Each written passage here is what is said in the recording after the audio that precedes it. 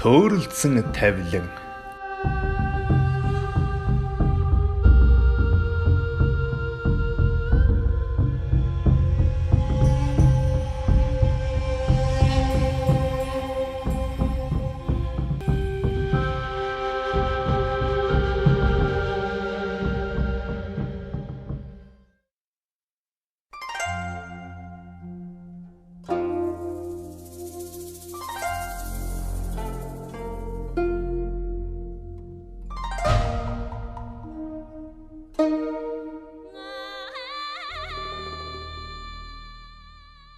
Эрт цагт нутаг хошуундаа чинээлэг бэл бинчинтэй эд хөрөн ирэх мэдэлтэй дэнзэн өвгнийх байжээ. Мал ахын талаар дүүрч тарай ургацсан халиуран байдаг. Бор толгойн ингэр бориглон урсах голдоо айл саахалтын хүмүүстэй эв түнжин жаахан тааруу ёдор өвгөн ааш муутай ихнэрээ торог дурдан дүлгийдэж алт мөнгөн думбуулан гурван хүү хоёр охиноо хүний дор оруулахгүй эрх танхил элбэг дэлбэг дутагдах гажигдах зүйлгүй амьдэрдэг юм санж. Нэгэн хавар нутаг сэлгэж нүүж яваад зам зуур гэрн галд шатаад нурман хүрөөгийн бөөрөнд амьд минд мөлхөж гарсан гэлтэй тал биеийн түлэгдсэн арай ядан амьсгаатай 3 настай гимээр хүүг олж харжээ. Тэрхэн зуур аваад явах уу байх уу хэмээн өвгөн дотроо зурус бодох төдийд эхнэр нь эцэг эхэнч байхгүй эрэмдэг зэрэмдэг юмыг аваад хүн болооч үгүй ч орхиод явъя гэд хялам хийх аятахад хүүхдүүд нь аава ийм болсон жаахан хүүхдийг ингээд орхиод явж болохгүй ядаж домчод аваач ч өвөл хүн болж хүний магад гэж гуйжээ. Өвгөнд хүн тижээвэл толгой цустна мал тижээвэл ам тусна гих бодол бууж Монгол хүн байна да яаж орхих вүлээ ядаж айл хороо бараадуулъя гэд үхэр тэрэг дээрээ эсхий дивсэн хэвтүүлээд яргалан ёолох хүүгийн харц руу харснаа. Энэ хүү надад хожим хэрэг болноо хэмээн бодож шалзарч түлэгдсэн биеийг нь дээлэр орон хэвтүүлээд цааш хөдлөв. Ойр ховд айл саахалт байхгүй гаднаа түлэх түлээгүй түрэх тэрэггүй малын хороо хашаагүй ганц морны гадаж шонтойг бодвол хэцүү бэрх айл байсан бололтой. Эцэг их нь хайцсан юм бол галдаа ноцсон юм болов ийм жаахан хүүхэд ганцаараа байна гэж байхгүй дээ хэмээн 80 бодол хөврүүлэн цааш явжээ. Дэнзэн өвгөнч цусландаа бууж төвхнөд нөгөө хүүг нь нутгийн хөвлгаан домчид үзүүлэн тэр өвгөнч нутаг хошуундаа зартай шидтэй эдтэй нэгэн таригдахгүй болсон царай тавирахгүй байсан биеийг нь 7 хоног өдөр шөнөгүй зууралдаж байж бяцхан хүүгийн амь насыг нь айх аюулгүй болгоод амс хийгээд дэнзэн өвгөнд хилж гинэ. За одоо аюул холуур өнгөрлөө аваад явтаа хэмээхэд дэнзэн өвгөн танд маш их гэлээ. Хүүхдээр ганц шөлний бор халдан төхүүлж өгье дөө гэхэд хувилгаан өвгөн хэрэггүй дээ. Би учрах ёстой хүнтэйгэн учирч тусалсан. Тиймээс амь аварч байж ам цагаан халуун хошууд авахгүй. Харин ч энэ хүүг домнож имнэж байхад надад маш их зүйл бодогдсон. Аривн туршлага боллоо. Миний өвдөс чадвар урд өмнөхөөс ихээр илүү илчтэй хүчтэй төөнөж арга ухаан зарж цаанаасаа л холбоотой мэд намайг их хурцлан шахлаа. Энэ хүү ёр бусын хүү бололтой. Тиймээс хүү ус уух тавилантай, сэргэлэн буянтай сайн хүү болох байхаа. Нэрийг нь хэн гэдэг вэ? гэж асуухад дэнзэн төгдөрч байснаа. Ийм учиртай тохиол болсон юм аа гэж өвгөнд тайлбарлахад домч өвгөн асарч хандах арчилгаа нэг хэсэгтээ хэрэгтэй л юм байна. Үлдээгээд явах юм уу? Гэхэд дэнзэн хүний өөрийн ялгаа юу байх вэ? Хүүхэд мөр бүтэн гэдэс садгалан бол хаанч өссөн яах вэ? Манай хүүхдүүдтэй олонтойгоо хүн болгоё Гээд харамлах янзтай хэлвэ. Харин та энэ хүүд нэр хайрлвал дараа тус орсон үед минь тустай байлгаж бай гэж хэлэхэд өвгөн хэсэг бодож сууснаа. За та нар бүрийг болохоос өмнө нарны голтой байгаа дээр эртхэн мордож газар дөхтөө хэмээн гаргаж өгөөд аян замда сайн яваарай. Хүүгийн би одоо алцахгүй. Өвөөдөө ирж золгож байгаарай. Чөдөр минийх үү. Хэмээн битүү удахтай аргамжаа мэднэр хайрлаад үнсэд үлдлээ.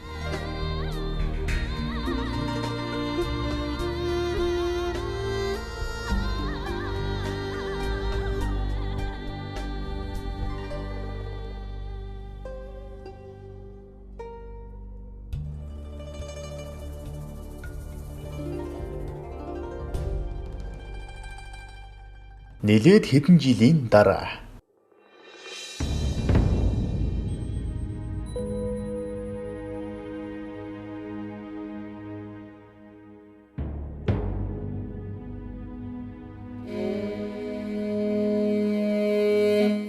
чөдөр хүү дэнзэн өвгөний хамгал хар бур ажлыг хийдэг зарцбоо шиг хорвоогийн хатуу хөтөө амьдралыг гундуухан өнгөрөөж тоглож наадах хүүхэд насандаа эрт хэрсүү санаа сууж бэрх бүхнийг бяцхан зүрхэндээ тэн биедээ баймгийн ухаан зарж хөвөрсөн олон бодолдоо ойлгож ядан би айлын баг натлаа яагаад ингэж явах ёстой юм бол энэ гэрийнхэн намайг юм болгонд морин нохоо мэд үзэж өнгөтэй өөдтэй бүхнийг ах эгч нарт өгч надад гологдож шилэгдсэн бүхнээ илүүчлэн нохоо хоолносоо дор мэдүүлж үргэлж загнаж нүд үзүүрлэн яагаад хөөгд байдаг юм бол доо гэж бяцхан хүүхэд ойлгож ядан хорон бүр ухаан суун өөрийн гисэн зожиг ганцаардам ертөнцтэй болсоор л байв.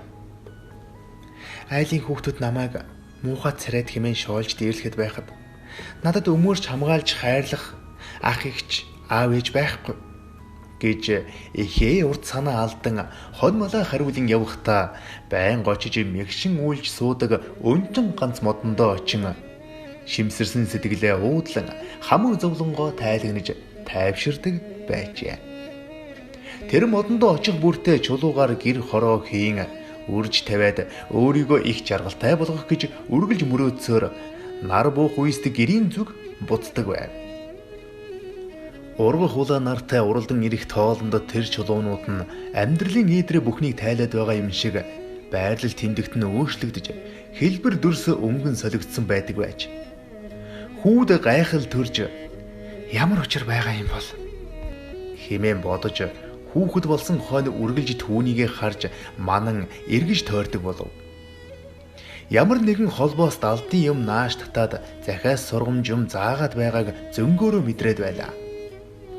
Дэнзэн өвгөний баг охин чөдөр хүүд их сайн хаяа нууцаар тараг ааруул эдсэн яс махны цөвдөл өгч бор ходоодыг нь өлтөө залгаж хаяада хоёулаа талын салхинд илбүүлэн хээр талаар гүйлтэн тоглож сонин хажин зүйлсийг ярилцаж суухад чөдөр эгчтэй хорвоогийн эгэлгүй сонин хачныг өөрийн мэдлгүй гайхширтал ярьж тайлбарлаж өгдөг байж. Охин ч хүүгийн ярианд их сониучирхан дүүгээ ихэд хайрлаж ойлгох болж. Чөдөр эгчээсээ асууж гинэ. Игчээ надад яагаад манайхан ийм муухай ханддаг юм бэ? Гэхэд эгчин дүүдээ үнэн хэлж гин. Эгчин дүү намайг хэлсэн гэж хүнд ч хэлж болохгүй шүү. Чи надад амл. Чамайг жаахан байхад чинь гэрчин шатаад ганцаараа өгөхгээ төлөгдсөн байхыг манайх нүүж яваад олж авсан юм. Аав домчид авчирч үзүүлээд амийг ч аварсан юм л та. Чи үнэндээ манай аав ээжээс гарсан хүүхэд биш л дээ. Гээд хүүхэд л болсон хойно юуж бодлого хэлсэнд чөдөртөө тэнгэр харанхуйлаад дотор нь бачууран хоолон зангираад тэгээд би танаа толгой хорогдож би төөрсөн күлэг шиг хоолыг чинь хороож би буг байсан байх шүү дээ гэж ихэр татан уйлаад хэлтэл их чинь ээж аав чамд хэлж болохгүй гэж бидэнд хэлдэг. Их чинь чамд хэллээ. Намайг хэлсэн гэж битгий хэлээрэ. Ээж аав загнана. Гээд дүүгийнхээ толгойг илэн аргадах айдав. Чөдөр хүү та харж бай. Надад очих газар байна. Гэд нөгөө мод руугаа явлаа. Тэр модондоо очиод миний ээж аав хаана байна? Би хэн юм бэ? Яах гэж намайг ингэж амьдруулсан юм? Тэр галд нь хамт өхүүлэхгүй яасан юм? Би одоо хинт хэрэгтэй гэж гээд дээлээ нэвчтэл үйлж хоолоогоо сөөтөл бахирч хашгирсаар тэндээ унтаад өгөв. Маргааш боллоо. Хүүд гэртээ харих хүсэл ёор төрөхгүй. Тэндээ хагдарч хатаж өгтлээ байна гэж бодсоор хоол усч үгүй ангаж хангатан муужирч хөвцээр 3 хонов. Ухаангүй хэвтэх хүүдээр явган нүцгэн ядруухан өвгөн илж үзэхэд хүү арай хийж нүдээ нээж байгаа үзэгдэв.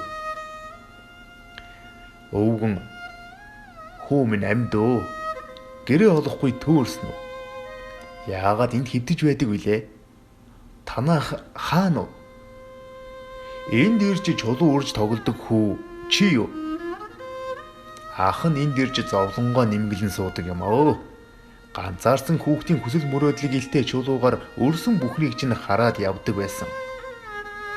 Чи ширхэг чулуу бүрт өнгө, сэтгэл, хүч нэмэн шивнэж гэрэлгийгээ урам зоргийг уул овоо болгон өрдөг хүү чи байж гэж таним хаарлаа. Хүү гүүрээд гэрийн зүг алхасаар харуй бүрий болох алдад хүүгийн гэрт аваад очтол тэнд ердөө хүү гэсэн санаа зовсон дүр төрхтэй хүн алга. Хаана байсан, хаанаас олж ирв хэмээн асуугч хүн байсангүй. Өвгөн гайхан учир байдлыг тэдэнд хэлээд орой болж нар шингэсэн тул эртхэн хажуулдаад өглөө газар дөхөж болно үстэй хүүхдүүд минь хэмээгээд хажуу илүү отрын гэрт нэмнээ шидэн амархаар болов. Гэрийн эзэнтэй ч олон үг сольсонгүй хажуулдав. Дэнзэн эхнэрээс асуув. Энэ сайн ир чинь хаан хинсэн билээ? Гэхэд эхнэр нь мэдхгүй. Цагтаа мундаг чадaltaй явсан цахиур зарин гэж байсан гэсэн. Одоо ч хар усан толгоогоо мэдүүлсэн хараад юроод их хийдэг. Хар гэрт байнга л орж гардаг гэж хүн өрөмшгийн аргагүй худлаа яриад амтэн хүний мал авахгүй зовчуулсан сайн ир юм гэсэн. Хин энийг гэртээ хонуул гэсэн юм. Хөөгд явуулахгүй яасан гэж толгоо хайлан суухад Дэнзэн шөнө өрөө болсон байхад яаж үгүй гэхвүлээ. Өглөө эрт явна биз. Эр хүний замын хөзөө урт хийдэг. Өглөө аяг хоол хийж өгөөд өвөрт нь 5 ааруул боож өгнөц гэж хэлээд унтлаа.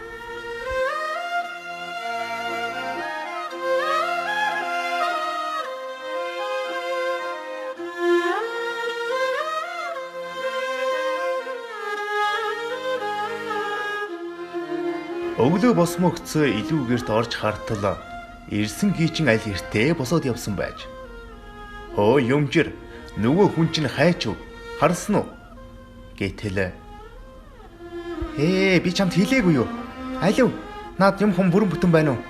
Хаа газрын явуулын гуйлагчид хамаг юм хамаад явчихсан уу?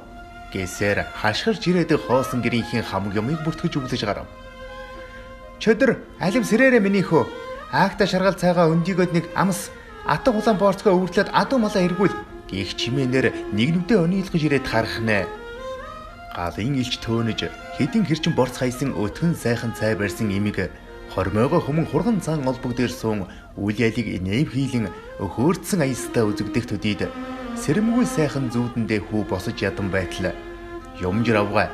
Хойш тэр цэвхээсэн юм ямар гавьяа байгуулсан гэж ногоороод байгаа юм. Алив бос гэх бахирсан хоолоогоор орилох цуураа чихэнд нь сонсогдож генетик хөлсний шавхарч хөлийн уланд хатгаж шүрмэлсэн зангиранд зочоод сэрв. Босоод харсан чинь хинч байсангүй.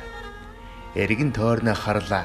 Онгорхоо цоорхоо гэрт уранхаа ноорхоо хувцастайгаа нөгөө л зүдэрч яваа чөдөр хിവэрэ байлаа. Аман жигтэйхэн их хаджээ. Бошуухан босож шанах хүүтэн усыг гүд залгилаад гарлаа. Ер бусын эзэнгүй мэд чинээ аниргүй их л сонин. Тэгсэн хаяа түшин байдаг барлаг дулам ихч Дэнзэн өмжөр хүүхдүүдтэйгээ саяхан үүгээр бархирч урагшаа айлын найр наадамд явсан. Чи орж хуруу түлэх. Чамайг малын хашаа хорооны шалбаа бүгдийг хусаж цэвэрлэсэн шүү хүүхэд гэж хэлв. Тэр өдөр найр наадам хавтгаараа Дэнзэн хэдэн нөхдүүдтэйгээ чуулан дарвиж явтал уулын хормогоор нэг согоо зурвас үсрээд явхан тэрэ. Омогтой нөхдүүд хөлгийн хурдыг өвзөж цөсөн хөөрч ээлдэж гарав. Яхарахгүй нэг согоо сүргээсээ тасран нэг хөл доглон бололтой хурдл чадамгүй гүйцэгдэхийн даваанд Дэнзэн уртаа баавартай мөнгөн толгойтой алтан бүслүүртэй ташуураараа толгой дундуур нэг хүчтэй гөвхөн дээрээ.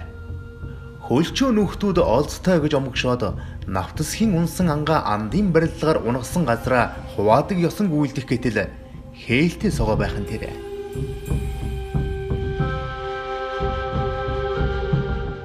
Нөхдүүд ч учрыг ухаж зог тусаад гар хүрээгүй шүү гэд мөрөө буруулан давхицгаалаа. Дэнзэн хөлчүү сагсуурч яваад юу хийчихвэ гэд цуснд будагдсан хоёр гараа харан өвөөгийнхөө амжилан загсан захиасыг бодон хэсэг суухан тэрэ. Амьтны аминд бүүхөр хээлтэй амьтанд бүрж болохгүй.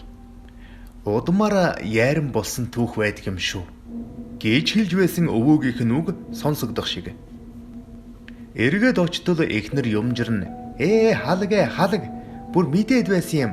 Юугаар дутлаа гэж тэрвэ. Энэ хошуугаар нэг цуурчлаа. Алив явъя. Бушуулаач гээд ширв татан сандчив. Айг сандарсан Дэнзэнгийн уусан балга арх нь гараад гэртээ буцаж ирээд нөгөө нэг чөдөрлөө давшлав. Муул бол хойд талын хар овоохой гэж бүх юмыг чөдөрт тохно. Хаагвар тэнийж яваад өчтөр тэр хар хараалч гуйлах чинь гэрт ширж ирвчи. Тэр хар хулгаач манад ирж хонсноос чинь болж буйнд минь бузар шингэж миний гараар хээлтэй амьтны амьд тасдуулж удамд минь сэв суулаа. Чи ямар тавилангаараа миний замд гарч ирж миний амьдралд гай болно вэ? Зайлчи гэж суран ташуураар улаан ирээн болтол нь гөвж орхив. Айж чижирсэн чөдөр арай ядан гараас нь мултарч ам мултарсан гүлэг шиг хойд уулын чигт хөлөө чирэн уйлсаар энэ чигээрээ ирэхгүй шүү хэмээн бодсоор түргэн алхаж гомдсоор цааш явжээ. Маргааш нь Дэнзэн өвгний бие нэг л биш ээ. Үндиж дийлэхгүй, яасан мэдэгдэхгүй тархин ангалзаад хамаг биеийн янгинэж хөлрөөд өглүүд юм шиг хэвтэж юмжир нь үлэж яншсаар байдал бишдэж бүг гадарлах ханцтай. Дуун цөөрч бувтнаад Дэнзэн хүнжлөөсөө өндийсэнгүй. Бүр дордхон тэрэ. Сандарч твдсэн хүмүүс юу хийх яахаа олж ядан домж отож сураг асуун хөл толгоогоо олохгүй сандралдав. Учир явдлыг асуухаар лам гэртээ залтал хааштай эхнэр өвгнийхөө үйлцэн нүглийг хаацайлан өнөөл бяцхан хүүтэй яаж зам заяагаар учирсан ламыг ам нээж эхлэхээс өртөн ярьж эхлэв. Лам сонсож сууснаа. Сэтгэлдээ тээсэн бол хар чулууга уудлаж булангараа арилгаж чадвал хүн амтэн өөрөө ариусж байдаг учиртай. Хүн хүнийг аль муугаар зүхэж бодох тусам өөртөө зовлон нэмж явдаг хорвоо байна. Хүнээс алдаа хайж суухаар өөрсдийнхөө дотоод сэтгэлд гэрэл гэгээ оруулж бай гэж хүн байхын нэгүслийг бурхны сургаал дайлган үгээр сэтгэлийн засал айлдаж хаан хизээ ямар гим нүгэл үйлдснээ нин даруй очиж өршөөлгүйн өргөл хийн засахгүй бол харл усын хорлол хар долгоогч нь авч одохоор зэхэж дээ хэмээн хэлээд ухаж ойлгуул удамд чинь аюулгүй. Учирлаж гимшиж өршөөл ирэхгүй бол утсан чиний улаан аминд чинь аюултай гэд тэднийхээс мордож. Хэлсэн даруйд нь ухаан муу дөвгөн эхнэрийн хамт нөгөө хээлтэй согоо гудайлгсан хайрхны зүг арай ядан цай сүү идэ бэлдээд мордов. Өөрт оногдсон лаа ланчингаа намжлах гэж явж байж хүүг дотроо зүхвэстэй. Үнэнтэй нэг л эвлэрч ядан бурууг өөрөөсөө зайлуулан тэр эрэмдэг гуйлагчингааслныг боллоо шүү химэн өглөн цааш явлаа.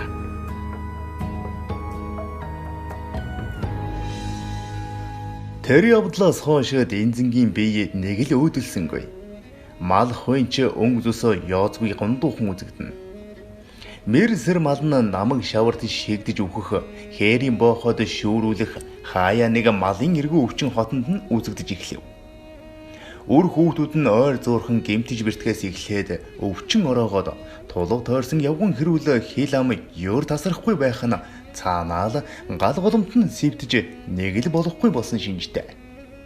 Тэр айлын байдал хөмөрсөн тоогоонд орсон мэт буруу иргэсэн нь тодорхой байлаа. Нутаг сэлгэснээс болж ханга хайрхан зохихгүй догширсан хатуу байна уу да. Холуур байсан гайг өөртөө татаж лайланчиг дуучуудаа химэн таамаглаж хаа сайгүй сайн гих үздэг хардаг үзмэрч төлөгч лам хувиргаан гигантний ирэл сурал болж учир зангилааг болохоор ойр хаваар яваагүй газаргүй. Өрж залаагүй хүн үлдсэнгүй. Үдсэн харсан хүмүүсийн төлөвт бууснаар үр хүүхдээс тэнгэрд тааж иргэшээсэн хосгүй заяа байгаа учраас танаах ороогдож уруудаад байна гэх нь олонтоо сонсогдох нь тэрэ. Үдсэн хүмүүсийн таамаг дунд тэр хүүг хэн бэ гэдгийг хинч сайн тодорхой ойлгосонгүй. Төөрөлдөж мөнгөнөж мухардаад байлаа. Аргаа барсан дэнзэн буурлын буян байна да. Манай удамд аль үл өнгөтэй өөтөө бил бинчэнтэй бүхэн байсандаг гэж бодоод харсан үдсэн бүхэнд ураг төрлөө хуруу дарам магтаж бардам зангаа гээж мэдэхгүй зүтгэсээр л байлаа. Тэрхэн үед юмжир бодлоо. Айлд нэг үүлийн үр үүрсэн эрх танхил дураараа ааш авиртай өвчин зовлон ороосон сор хүүхэд төрдөг юм гэсэн. Тэр нь миний овлоггүй отхон хүү болж таарлаа. Нэг л болж бүтэхгүй байгаа гэж ахархан бодов. Юмжир хоолоогоо засан чангахан дуугаар манайд тийм удам бий. Тэр гигантэн содон хүүхэд манай л удам болж таарлаа гэд хэлээд ав. Хөндөй голороо цуурхал тарааж хүүдээ хошуу дивсэж хэр халдаалгүй дээдэлж дахин шүтэж эхлэвэ.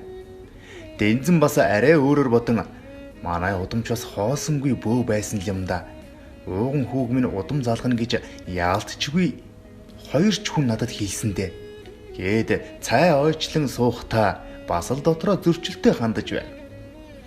Хүүхдүүдтэй ялгууртай хандах болсонд бусад хүүхдүүд нь ихэд дургүйцэн хоорондоо тааш тохирохгүй муудалцаад би чиний миний гэж өмч хөрөнгөө булаацалдан элти хэмлэлдэж ирэх нь тэрэ.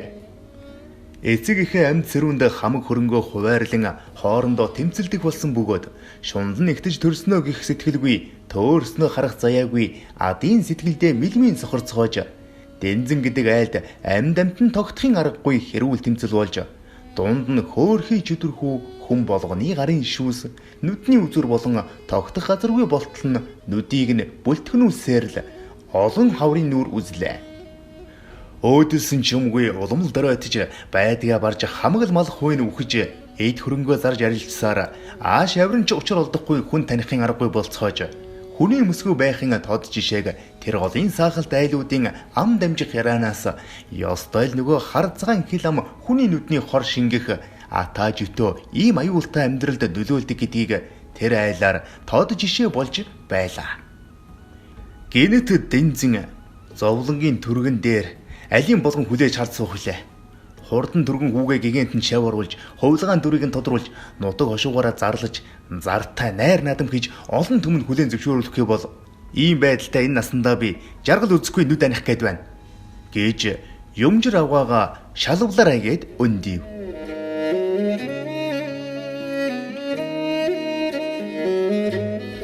Хэдэн жилийн дараа дэнзэн өвгөний удмаас ууган хүүн бөөгийн угаа авсан нэртэй эдийн шуналтай эрх ямбаттай удган багшийн хан аман дунаж тархиа мэдүүлсэн ураг удмаа сүрдүүлсэн сүржин даржин давлун бөө сүг тэрэн наалгаад бүхэл хүмүүсийг айлгаж дарамтлсан муу бүхнийг нь сурсан учраа мэдэхгүй дүүлдэг нэгэн болжээ. Зовж ядарч үзээгүй хүн хүний зовлон жаргалыг ойлгох биш. Өвдөж өлсөж үзээгүй хүн хүний өвчин үхэл хагаслыг мэдрэхгүй учраас бөө гэсэн нэртэй бусдаас илүүд өөрийгөө бодсон дөвчин нэгэн болж тэр голдоо сүрийг үзүүлдэг болжээ.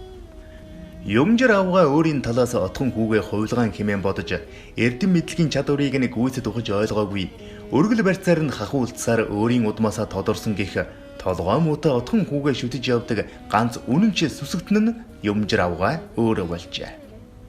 Хүсэл нь нэг л санснаар сайхан дүүрдэггүй, заримдаа айх гайхах зэрэгцдэг байж. Шунал их твэл шулан болдог гихчийн гайг ураг удмаараа үүрч яваад дэнзэн өвгнийх өөрсдийн үр хүүхэд буян гიშгээрээ туйлж буйг харуулсан хар он жилүүд үргэлжилсээр. Баян бардам хүнтэй тэнгэр холбогддоггүй.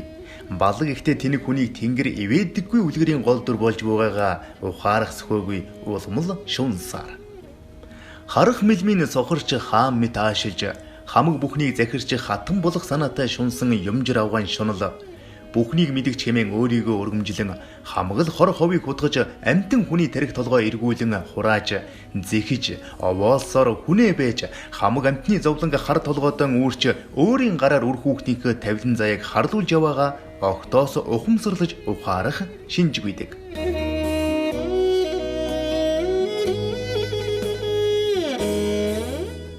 Дэнзэнг хайлын хөл толгой нь олдхоо байж яаж эргүүлж бүгэн эрүүл ухаанаар харсан баг охин сэржээн орох байх нүдээ олж ядан арга мухардж үнний ирэлт гарваа. Өөрийн гэр бүлээ мухар сүсгийн ёроолгүй эргүүлгнээс аврахаар шамдна. Харин хаанаас эхлэж явхаа нэг л сайн ойлгохгүй байлаа. Чөдөрт бодож санаж явдаг бүгдийг мөн гэр бүлийнхээ буруудаад байгаа бүхнийгээс сэтгэлээ уудлан ярьдаг байв. Бүр чөдрийн тухай өөрийнх нь мэдээгүй амийг нь аварч нэр хайрлсан өвгөн домчийн тухай хүртэл хальт уртахад чөдрийн таталдсан нүүр үрчлээтэн татах хийж сүүнгөр нүдэнд томорч чихээ хулмаалган "Игчээ тэр өвгөн хаана байдаг вэ? Хин гэж хүн бэ?" гэж угсгийн барьж асуудал. Игч нь "За байз 9 жилийн өмнө гэхээр чи 3 настай, би 7 настай байж. Тэр үед домч өвгөн ах их л хөгшин байсан. Одоо байдгийг нь болоо дөө. Асууж сургалъя. Тэр өвгөн энгийн нэг хүн байгаагүй. Хоёулаа олж очиж асууж лавлах юм байна" гэд өндийлөө. Төд удалгүй сураг гаргаад хоёулаа өвгөн домчих руу зорихоор явлаа. Өвгөний очтол бие тааруу нүд нь юм харахгүй болсон гэд ач охинтойгоо хамт байдаг бололтой хэцүү ядруухан амьдралтай хэвдэж байх юм. Сэржээ эгч нь "Өвөө, таныг зорин холоос бид хоёр олон зүйлийн талаар асуухаар ирлээ. Та минь сайн байна уу? Сайхан төсөж байна уу?" гэсээр өвгөний орны дэргэд суулаа. Өвгөн "За, хүүхдүүд хаа хурч энэ холыг зорив. Хизээ мэдгүй болсон надаас хэрэг зориг юусан билээ?" гэтэл Сэржээ "Өвөө, 8-9 жилийн өмнө манайх нүүж явахдаа гэрэн шатсан айлаас олсон балчиргүй танд авчирч эмнэж домнуусныг санаж байна уу? Дагуулж яваа энэ балчир дүү таны нэр хайрлсан чөдөр." Гэхэд өвгөн "Алив ойрт минь хүү" гэд гараараа нүрийг нь тэмдэрч үзээд "Яасан луд том ир болов дээ минь хүү" гэд толгойг нь татан үнэрлээд "Чамайг би ирнэ гэж мэдэж байсан юм аа хүү минь. Би энэ сайн бизтэй. Өвөө нь өөрийгөө яая гэсэн хүн энэ муу ач охиндоо хорогдоод сэтгэл амар нүд аниж чадахгүй л хэвтэж байна да" химэн жаал хуучлав. Өвгөн хүүд хандан "Хүн хүнээр дутдаггүй юм хүү минь. Хүний сайнтай нөхөрлөж олон тойгон ойрхон байж зовсон олондод имтэй тустай яваарай. Өвөө нь яагач вүлээ. Миний ач охиныг харж хандж явна шүү. Чамаас гуйж байна хүү минь" гэд гараас нь чангагч натхан дотоо сэтгэлээрээ холбогдсон гуйв. Чөдөр өвгнийг харж их л зүйлийг дотроо бодож эгчдээ хэлв. "Игчээ, та харж бай. Би өвөг тэнхэрдэл хэсэг харж хандаж тоогдож туслах ёстой. Өвгөн ахыг байгаагүй бол би байхчгүй байсан. Гар хоосон хорогдох юмгүй надад санаа зовлтгүй. Өвөөд дэм болж охинтой нь хантай хэсэг асарч байгаад тэнхэрхээр нь очноо" гэж хэлээд эгчийгээ явуулав. Орой болгон өвгөнтэй хууч хөөрч амьдралын нарийн ширийн юмыг их судалж асуусаар өөрийгөө олж харах, таних их олон зүйлийн учгийг тайлж ойлгож авсанд чөдөрхүү маш их аз жаргалтай сэтгэлийн амар амгаланг мэдэрч Урд өмнө чөлөөтөө тухтай унтаж амарч үзээгүйгээрээ амарч өөрийн тааваараа сайхан байж олон зүйлийг эргцүүлж ойлгож ав.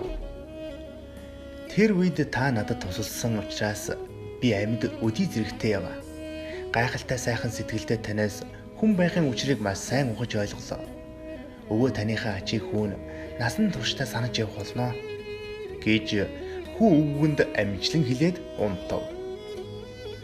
Гэртээ буцаж харихад сэржээ охиноос ээж нь чөдрийг асуудал. Охин болсон зүйлсийг хэлж ээж нь тэр өвгөн одоо болтол амьд байдаг хэрэг үү? Хин тэрэнд бас заагаад өгч өдөө. Тэр тэндээ шингвэл таарна гэсээр амандаа зүрхв. Юмжир авгаа хүүгийнхээ багшаас чөдрийг тийшээ очсон талаар хэлж энэ хүүг ингээд явуулчихвал хэмээн хүүг муусаар номын багшаараа тэр чигтэн цаашлуулах сэрж мөргүүлв. Харын өргөл өргөсөн лам багшийн биеийн тэр шөндөд нэг л биштэд балчир хүүд өргөсөн өргөл надад ингэж нөлөөлөх учиргүй дээ. Тэр цаана байгаа өвгөн тоос угтаж байх шиг байна гэж бодоод хэвтэрт байсан өвгөнийг андуурч дахин ширвснээр тэнхээ муу байсан домч өвгөнийг тэр чигтэн унтуулад эцсийн замд одуулснараа олон чүхний мууг үзэж өөртөө дааж давшгүй лайланчиг хураасаар л. Мөн чих хүнд төвөг удаж төмөн нүглийг үүрсээр. Хар багаас зовлон үдсэн хэрсүү хүү чөдөр өнчин үлдсэн охинтой өвөөгөө арай ядан хөдөөлүүлээд хүний зовлон хязгаартай одоо хангалттай дэнзэнгийнхээс зам заяа нэгэн цалах болсноо зүн сувнгороо мэдээд өнчин охиныг дагуулan хүн болж толгой хорогдож байсан айлаасаа чимээгүй явахыг хүссэнгүй учраас байдлаа хилээд мөрөө хөөхөр шийдэж тэдний зүг хөдлөв.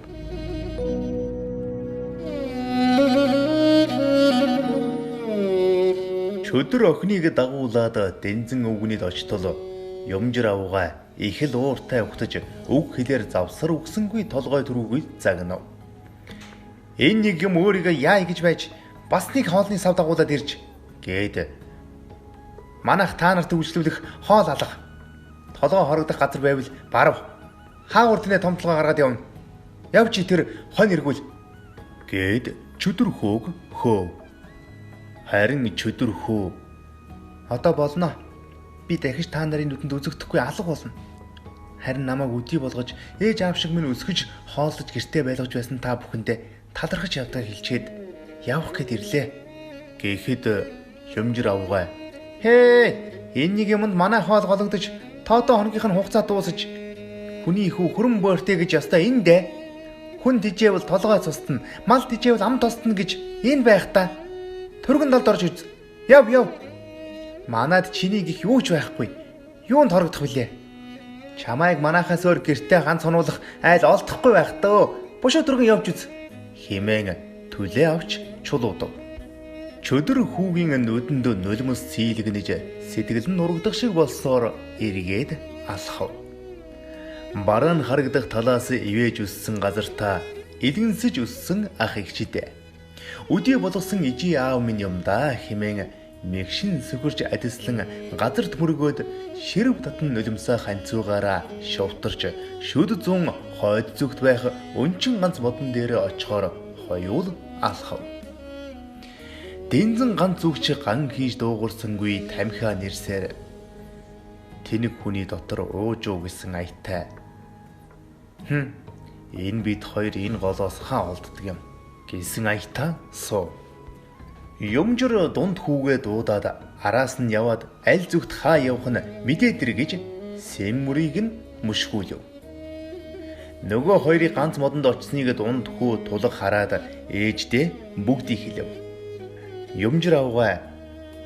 Тийм байхаа би мэдээд байсан юм. Чөдөр үе алга болоод байдаг байсан. Очтой газартай байж л дээ.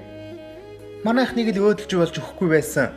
Энэ нэг юм тэнд ямар нэг зүйл манайх руу хийдэг байж гэсэн нөгөө л булангартай санаа бодолдоо хөдлөгдөөд том зайран хүүдээ учрыг хэлтэл. Нөгөө овлоггүй дөвчин зайран хүүн бүхнийг мэдгч тэнгэр эзэнсэн онгон шүтэнтэй мэт сүрийг үзүүлж шүлсээ савируулан айлдахдаа муу ёр дуудч үхээр газраас хий дагуул газрын гай манад их чирж ирдэг байж. очтыг тэр газрын замыг нь хааж хөлийг нь тушиж яс маханд нь жаахан мэдрүүлэх хэрэгтэй байна. Гээд хар ямааны цустай нойтон дурсаг тэр очсон газарт нь дэвсэж модонд нь чагталж тэмдэгдэхий химэн их мэдэмхэрч дунд хүү тулгыг аваачиж тавь химэн юу ч мэдэхгүй гимгүү дүүгээ үйлэнд дайлгалаа. Хар ямааны цустай дурсаг морин дээр ганцглаад цусыг нь савируулан модны зүг хатирв.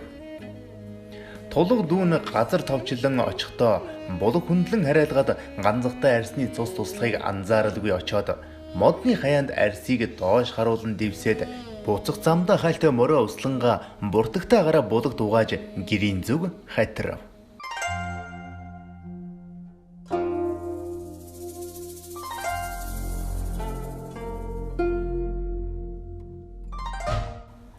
Ингээд хөөрхий тулгын хөв заяа хорон санаатнуудын зараалаар үйлцэн хөдөлгөөн бүр нь харл усын хорлолд гүн бариулсан нь ойлгомжтой боллоо.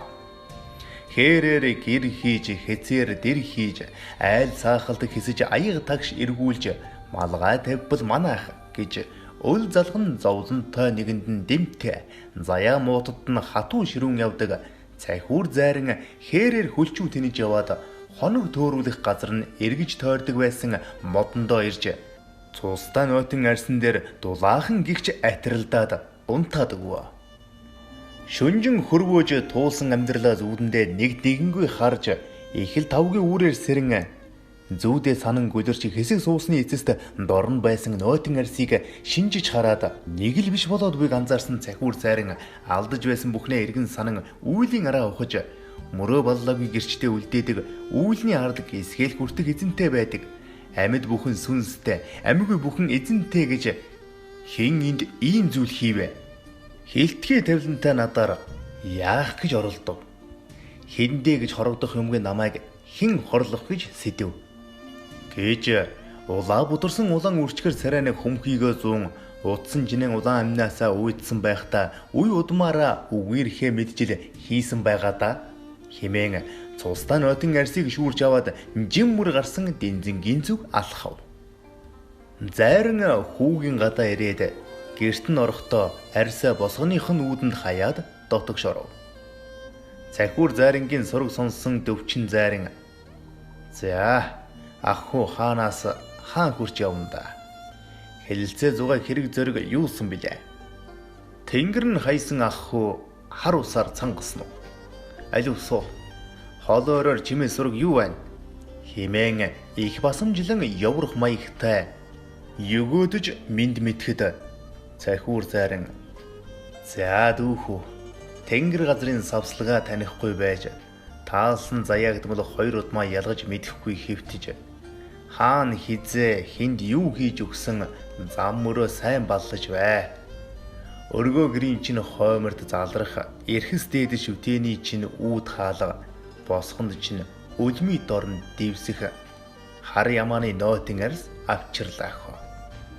Догшин хар зайрангийн шүтээнд хүйтэн хошуутны цус үзүүлсэн бол 7 үеийнхээ махан овоог өөрийн гараараа үйлдэж хөөмэн. Цэхих мэлмид нь цусан нулимс урсаг. Цэвдэг хүйтэн сэтгэлд чинь зовлонгийн далай урсаг. Махан биений чинь арьс өмөрч зумарч унаг. Ясан биений чинь хэлхээ талаар нэг шагаа шиг тараг. Эдсэн бүхэн чинь эдээбэр болж гоожг. Уусан бүхэн чинь усан бэр болж уурсах болно чи. Гимээ ухаарч эртхэн нүглээ намжлахгүй бол эрүүгээр чинь зааж, нурууг чинь маачна. Хилийг чинь суулж, бөхсийг чинь таглан шүү. Хэмээн хилээд хаалгыг саваад гарч одов. Нөгөө омг бардам хил амтай дөвчин зайрангийн хилэн татаж өвдгөн чичирч дотор нь эвгүүрхэн ганцж үг хэлж чадлагүй хөшиж орхив. Амьтай үгийг ширүүн чулууд бол алж мэднэ. Айдуу сайхнаар хүлээж сонсвол ерөөлж болж мэднэ гэдгийг хуучны бүрх толгой зангаргаараа хэлээд хогчин шүү хэрэг мэдэрэ гэсэн хатуу үгийг тархинаас нь нэг хэсэгтээ гарахгүй болтол үгээрээ ташуурдаад гарав. Түүнээс хойш дөвчин зайрангийн нүдний гал нь унтарч царай зүсэн зөн хийж бүрсийж үгийн муугаар дайрсан цахиур зайрынгийн үг сум мэт шигдэж шингэсэн бололтой гудайж эхлэв. Өөр хилэнтэй гарч одсон цахиур зайранд өөрийн гисэн залаалж замчлан босгосон багш байгаагүй. Тэрэн бөөгийн тавилангаар явж буй нэгэн ба онгод нь өөрт нь замчилсаар боссон сайн ир юм. Ийм бөөн маш ховор байдаг. Хатуу үг дайлгаж өрөөж харааж буй мэт зангаргаараа дөвчин зайран бандыг нэг хэсэгтээ мэдрүүлэхээр чимгсэн нь ухаарч сайн ойлгох гэсэн бодлоор нэг хэсэг зөнд нь орхижээ. Хар бараан зүүдэндээ бодлогошрон унтж амарч чадаагүй цахиур зайран олон зүйлийг эргэцүүлэн өмнөх амьдралаа санан ухаан санаа нь орж гарan зориггүй гүйвэрч алхасаар нутгийн олон хүүхэдтэй настангийд ирэв. Гондуу яваа түүний нүд нь лааны гэрэлд сүүмэлзэн өлсөж сангаж ядарсан нь илт байв. Алуу наашаас хаанаас хаа хурч явна да. Та ойрд манай ахаар үзэгдэж харагдахгүй хайчваа. Би хаач нь гайгүй юу? Алуу цай өгнаад ах та. Гэж хүүдээ хилээд удахгүй хоол болно хөө. Энэ орой болсон хаан сайхан хоол идээд эртхэн унтаж амардаа гэж эмгэн амандаа буухтнав. Эмгэн ч хүүхдүүдээ зэмлэн эхнэр хүүхэдтэй болж ач зээг минь ч үзүүлэхгүй арих дар суугаад амтэн хүнтэй муудалцаад хэрэг төвөгт орчих гээд чи халууцуулаад байна шүү. Энэ хідэн хүүхдүүд минь яадгийн багын цахиур минь би чинь хідийнхээ сайн сайхан явахыг үзэхгүй өнхрөөд өгөх бололтой дөгөө. Намааг өнхрөөд өгөхөөр надаас хойш энэ хід маань яах юм байгаа юм бөө мэд. Химэн ёр дуудаж бэлэггүй үг хэлсэнд цахиур халуун цай ойчин хэсэг чимээгүй сууснаа.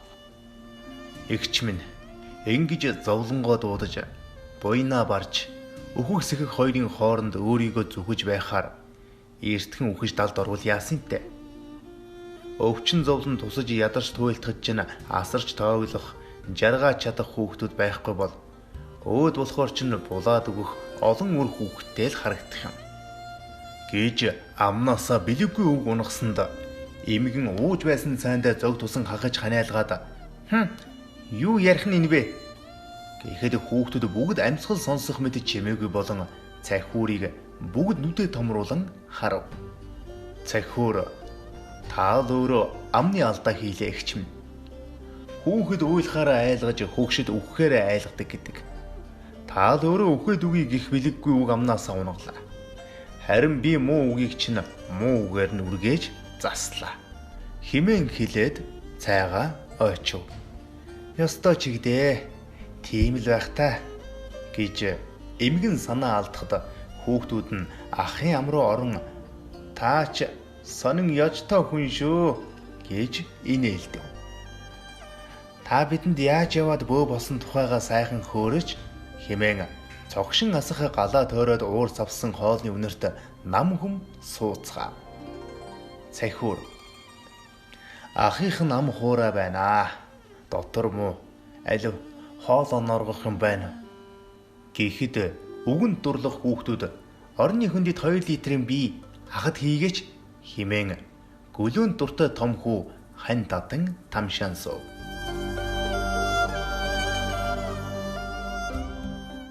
Эрт дээр үед бөө хүн замчлах хүнгүй туслаж дэмнэх асууж лавлах зүйлгүй.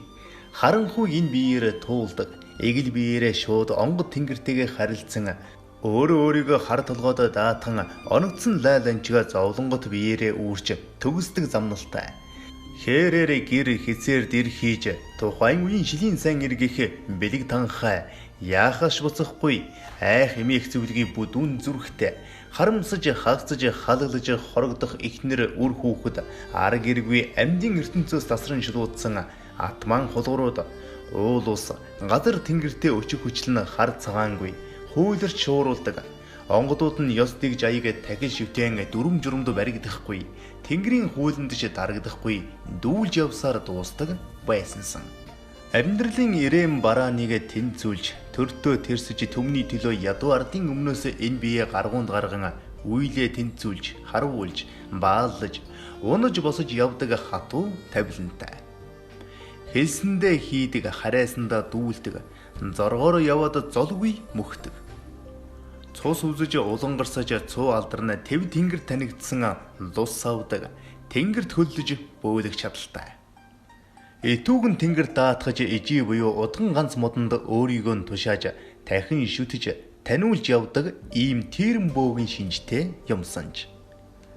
Баруун зүгийн дарахад ёсонд эйти модны хуулар бөө хэмээн тэрэн бөө гэж түүх домог тэмдэглэдэг ба ийм улааш нарт өргөл барьцны сэтэрхий тэвэн сэмэрхий хадаг байхад өөрийн биеэ дэнчин тавин тэнгэрт мэдүүлж хүмүүний үүлийн үрийг үүрч тэнгэрт үүлийн өртөө богн настай босоо заяатай төмний манлай төрийн ад болж явсаар төөрөг тавилан эмгэнэлтэд төгсдөг хөв заяатай тэнгэрийн зараал бөөнөр баггүй байсан.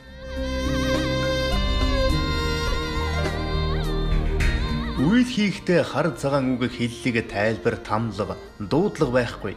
Олон долоон юм ярьж тайлбар тавьж үзүүр оосрыг онсгүй, хол ойр хамаагүй алс зайнаас харвдаг нь хаанаас хин юугаар юу хийж буйн хаалттай битүү дөрсгүй хийдэг харигс үйл нь аимшигтай. Тайлах онсоо өөртөө үлдээдэг. Өршөөл уучлалыг заавал өмнөө сөхрүүлж байж тавьдаг учиртай. Оюун бодолдоо бүхнийг оршоож, оройн дээд хязгааргүй үйлийг үйлгдэг нь өөрөө бүхнийг ухаж, үндэс мөчөр бүхний онсыг олж тайлж чаддаг байснараа тухайн цаг үеийнхэн омгшил бахархал нь болж байсан хосгүй эрдэм чадaltaй явдаг бөөнөр байсан юм. Айл сахалт хэрч аяг тагш сувс шим эргүүлж, сонин содон зүйл хууч хөөрөн ам нь халаад, багнаас доогуур суусан цахиур зарин шүлсээ өсөргөж мөлгсөөр нэг мэдхнэ айлын хооморд гараад халж согтоод сөөм хэрээтэй газраас хөөрхийг нүдэрээ харсан хүүхдүүд мэл гайхав. Айл гэрийн засал хийхдээ хуучин муу хүний инээрэхтэй авдар сав ховцос хунар алт мөнгийг нь хаюулж застдаг сонин арга барилтай яг бөөлж хингэрэг дилдээд байдаггүй ч зайран гэж авгаалan дуудагддаг гэж ам дамжин сонсож байсан. Хар шарна хамаагүй ёстол хайларч хавхурч үйл дом шившлэг хийдэг эгэлгүй хуулгаан гимээр хар хуулрын удамтай догшин зайран гэдэг нь үнэн байж гисгэн хоорондоо нудран суув. Маргаашч боллоо. Босоод гарсан чинь цахиур зайрангийн бараач үзэгдсэнгүй. Ширээ өөд харахнаа хоосон аягнаас уур савсах мэт үзэгдэхэж. Эргээд бодохнаа зайран өөрийн тухай болон удам судар өвөг дээдсээ энгийн үгээр хүүрнээд багтаж бахархаж явдаг сэтгэлээ нэг уудлаад морджээ. Ярих хүнгүй ганцаар хорвоог барж яваа түүнд хаа нэг сэтгэлээ уудалж шим шүүс хүртэнгээ танихгүй бүхэнтэй хөөрөлдөх нь өдрийн од мэт ховор. Хүн юм болсон хойно хань бараа хийж л яваа байлгүй. Гэтэл энэ хүний үр удам нь хавь ойрын нутаг хошуунд ургаж буй гэдгийг хэн мэдвүлээ. Хамаг биеийн янгинсэн юмжир авгаа халуун шатаж хөлөрсөн тулг хүү бөөлжиж туулгаад байж суухын аргагүй болсон нөгөө дөвчин зайрангээд гар бие оролцсон арга мухардсан ээж хүү гурав багш удганыда очлоо. Хоёр хүүхдэрээ хийлгүүлж үйлдсэн нүгэл балраа ухамсарлахгүй юмжир авгаа нэг согтуу толгой өргөө гэрийн минь гал голомтыг ирж бузарлаж харааж өрөөгд явлаа химэн өөрсдийн ёрын үйлдэлээ ер дурдсангүй. Өдий болтол сумлаж шуналдаа хөтлөгдсөн удган төлөг тавиад ам дагуулan худлаа ярьж эхлэв. Харь хүн танаагаалыг самарч хатвчин чин суудаг байсан балчирхүү та нарын ясыг тогшиж байна. Өтөр дүргэн засаж янзлахгүй бол хад чулуу дэрлэхэд ойрхон байна да. Хэцүү хатуу яанда хөөрхий химэн санаа алдан айдаст автсан юмжир авгаагаас амаасуух маягтай хоош гэдэв. Аминдаа хайртай юмжир авгаа сандарч өмнө нь сөхрөөд танд юу хэрэгтэй вэ? Хэлжэл бид гурвыг л аварч хайрл химэн гурвуулаа сүгэрч гов. Удган авгаа юмжирын гарыг татаж ханцуйндаа хийгээд гурван хуруугаа ойлгоод насны исэн бод байхад болно гэжээ. Хөмгөө зөвшөөрч үйлээ хийлгээд буцав. Мөн л нөгөө бие хааны янзандаа нэг л өөдлөхгүй дор дороо яохлон үйл тамаа эдлэж байл. Нөгөө дөвчин зайрангийн чинь хандан дарагдаж амьд сүгмэт сүр сүлдгүй гүлэрч сууснаа. Тулга дүүгээ дуудаж "Аливаа. Зам за. Хоёулаа нөгөө нойтон арьс тавьсан модон дээр чинь очие. Хаана вэ?" гэд хамт мордов. Модонд очоод өвдгөө цоорчд ухаа шалбартал өргөл мөргөл өршөөлийг үйлдээд буцлаа. Бас л хивэндээ юр дийрдсэнгүй. Арга мухардсан тэд юмжир авгаан номын багшийг гэртээ заллаа. Лам багш ийн айлдав. Хутга хэдий эртээ боловч ишиндээ хизээч хүрдэггүй адил. Зайранд нь та хэдий чадaltaй гих боловч өөрийнхөө учрыг нэг л олж дийлэхгүй явна. Хэмээн жаахан ёгтлон үгэн дотор үг дайлган хийсэн үйлээ дааж үнэ туглаа хариулдаг юм да. Гэх битүү утгатай үг хэлээд орхив. Ухаж ойлгож дийлэмгүй 3 мунхаг биднэрэ юунд дайжгнав да та минь шууд л хэлэлдэ гэхэд хаана юу үйлснэ бод хинтээ сөргөөцөлдснөө сайн сан. Тэр хүнээс л очиж өршөөл ирвэл наад барай тушаа чин тавигдана да. Өөр ямар ч хүн тавиулж дийлэхгүй. Тавиулж засах гэж оролдсон бүхэн болохоо болж аргамжаа чөдөр ногч шиг орооцолдох хатуу амтай байна гэлээ. Айж сүрдсэн дөвчингийн толгойд цахиур зайрангийн хэлсэн үг хар хужорж ирэв. Догшин хар зайрангийн шүтээнд хүйтэн хошуутны цус үзүүлчихсэн. Эдсэн бүхэн чинь идээвэр болж гойчих, уусан бүхэн чинь усан бэр болж урсах болно. Чи гимээ эртгэн ухаарч нүглээ намжлан надаас өршөөл гоохгүй бол эрүүг чинь зааж нурууг чинь маажна.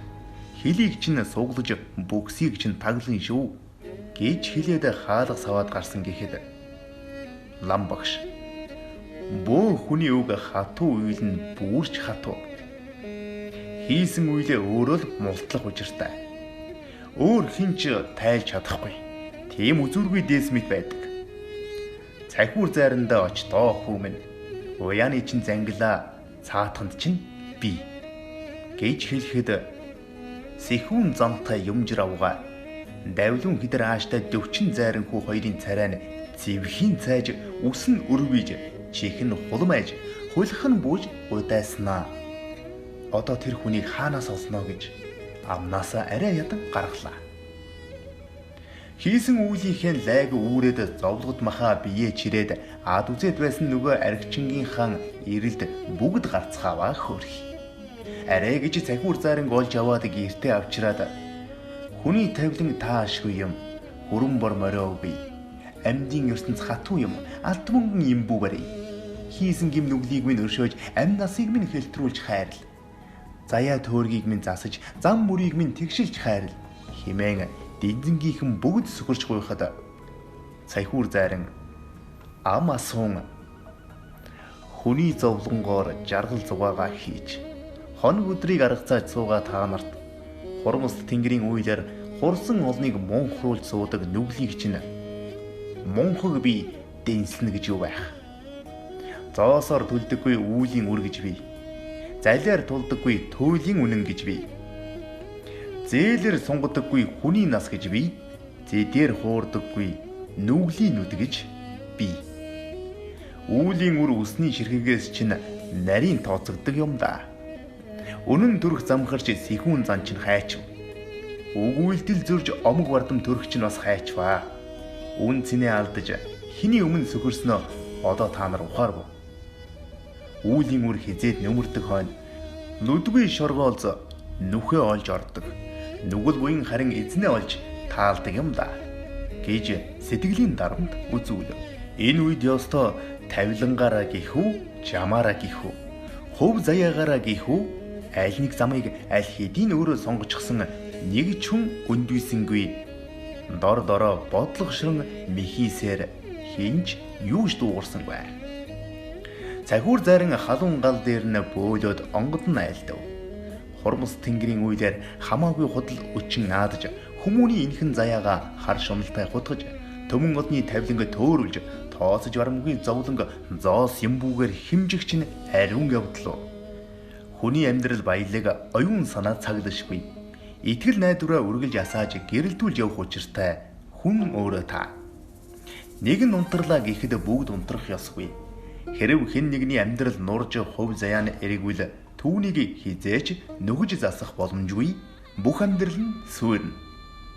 Ганц найдвар дээр хамаг хүүхдийнхэн хувь заяаг даатгсан үр хүүхдийнхээ амьдралд гай зовлон саад болж ханахгүй байна уу? Яг юу үзэх гэж, юугаар дутлаа гэж энэ их ланчиг зовлонг хүүхдүүдэд үүрүүлнэ үү?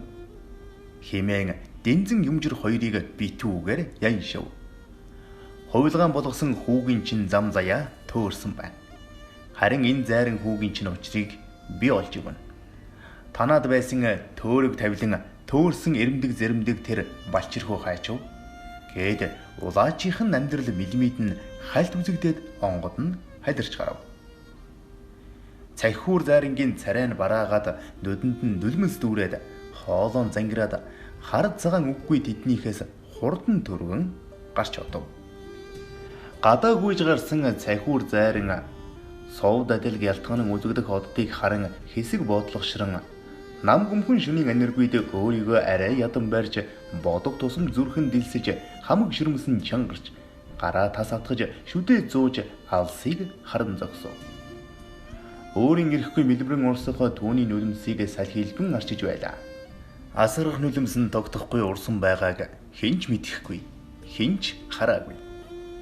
Ухаан санаа нь тогтворгүй орж гараад л цахиур зайран муу буурал толгоогоо илэн би юу харах нь энэ вэ? Тэнгэр минь. Үр минь амьд гэж юу? Минд мэлтийж инх явааг онгодууд минь харуулах юм. Үдий хүртэл хилээгүй атлаа энд хэлхийн учир юусан блэ? Ухаангүй байхад нь тэрвэрч ирсэн тэр балчир яг мөн байж. Одоо яагаад энд харагдахгүй байна? Хайч. Ямар тач би ойрхон байгаа юм байна. Тэнгэр минь. Молгоо миний мэлми сохроо юу?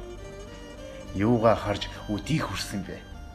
Орог удам мах цусны тасархаа минь энд байхад яагаад бид хоёрыг онгодууд эртхэн уулзуулаагүй бэ? Модон дээр байн гочдөг нь учиртай байж.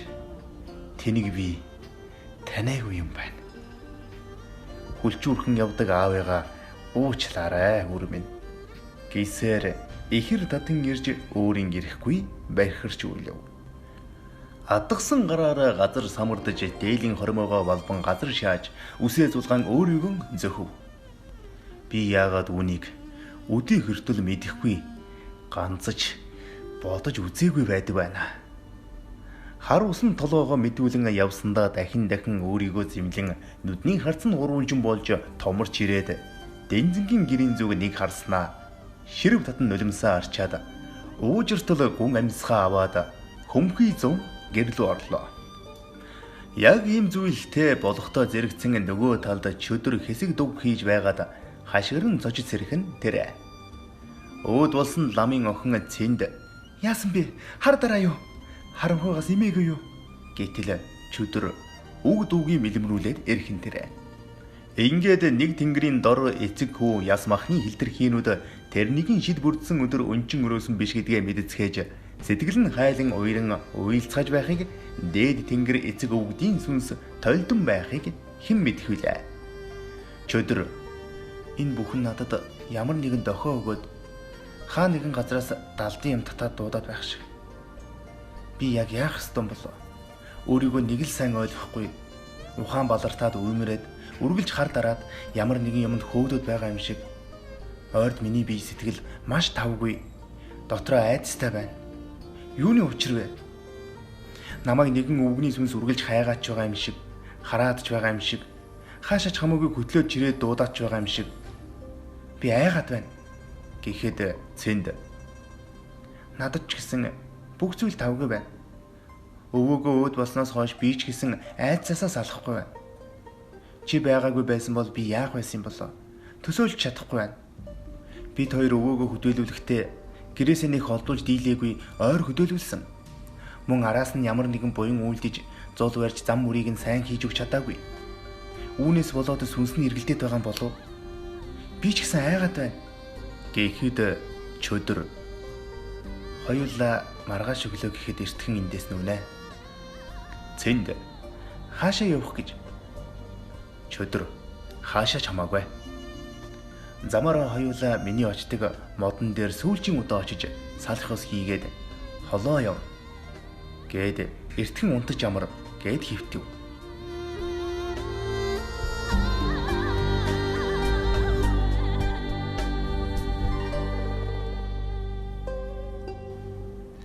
Цахиур зайран гэрт буцаж орж ирээд тэр жаахан хүүхэд энд алга одоо хаана байна? Хаана байна? Гэсээр асуухад юмжир юун хүүхэд билээ? Хордон хэлээд хаана байна? Хаана байна? Гэхэд Сэржи охин ээжээ чөдрийг асуугаад байна шүү дээ. Гэхэд юмжир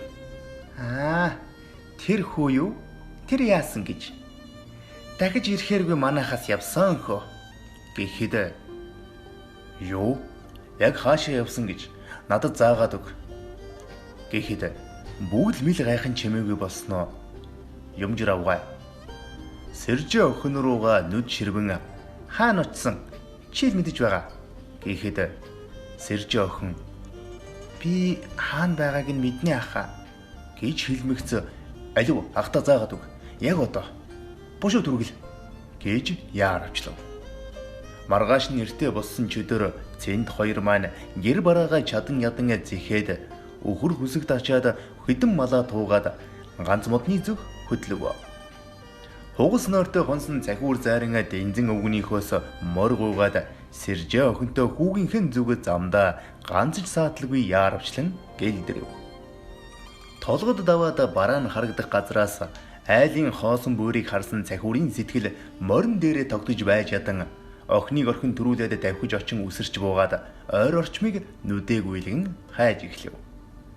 Холгүй харагдах бушны чулууг харсан цахиурын нүд нь томорч арай үгүй байлгүй гэж нүдэндээ итгэж ядан ухаангүй гүйж очиод арай л биш болохыг нь мэдрэмжээрээ тойлдон үнэрч нохоо шиг гэрийн бүр ойр орчмын газрыг бүгдийг шинжлэн ийш тийшээ эргэн тойрон харж өөрийн ухаан мэдрэлгүй зогсов.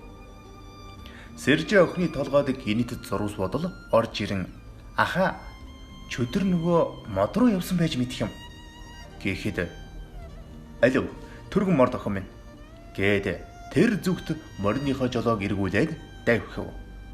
Цахиурын хөвд цаг хугацаа яг л зогссон мэт удаан сэтгэл зүрхнээ тэс өөр газар очсон мэт хоосон. Цаг хугацааг товчлоод хагас ухаан мэдрэлгүй явах нь яг л согтуу мэт дүүлээд байгаа юм шиг байв. Зогсолтгүй давхсаар модны бараа харагдахад тэнд юу ч байсангүй. Сэтгэлээр унсан цахиур шөндөө багтан энэ тал нутгийг самнаж заавал олно гэсэн бодолтой модон дээрээ очтол. Дөнгөж ирээд явсан бололтой үхэр тэрэгний шинэхэн мөр модны хаяанд өрж тавьдаг байсан чулууга овоолж орхиод явсан харах нэ дахиж ирэхгүй дохио мэд тэмдэг болохыг цахиур хараад шууд ойлгов.